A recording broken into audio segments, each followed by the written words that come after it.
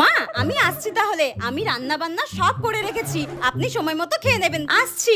এ কি বৌমা, তুমি এত সেজে গুজে কোন রাজকার্যে যাচ্ছ শুনি? কেন মা, আপনাকে যে আমি পরশুদিনই বললাম আজকে আমার বান্ধবীর বিয়ে, আমি সেখানেই যাব। হ্যাঁ কয়েছো, কিন্তু আমি হ্যাঁ বা না কোনো উত্তর দিয়েছি? হ্যাঁ কিন্তু মা আপনি তো নাও করেননি। আমি কিন্তু একবার বারণ করেছি, যদি যাওয়ারই হয় তাহলে একেবারে তলপি তলপা গুছিয়ে নাও, একেবারে বাপের বাড়ি চলে যাও, ওখানে যা ইচ্ছা করবে চলে যাও।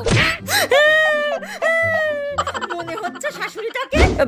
মা শুনুন না, আমাকে প্লিজ যেতে দিন না মা, আমি পার্লার থেকে 5,000 টাকা দিয়ে মেকআপ করে এসেছি।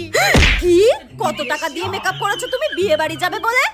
এই রে কেলেঙ্কারি করে ফেললাম মনে হচ্ছে। না না না না 5,000 না, 50 টাকা 50 টাকা 50 টাকা দিয়ে এসেছি। ঠিকই করেছো, যা দেখতে তোমায় মেকআপ ছাড়া তো এতটুকু সুন্দর লাগে না। শাশুড়ির বাচ্চা শাশুড়ি, মনে হচ্ছে গলা টিপে একেবারে মেরে দিই।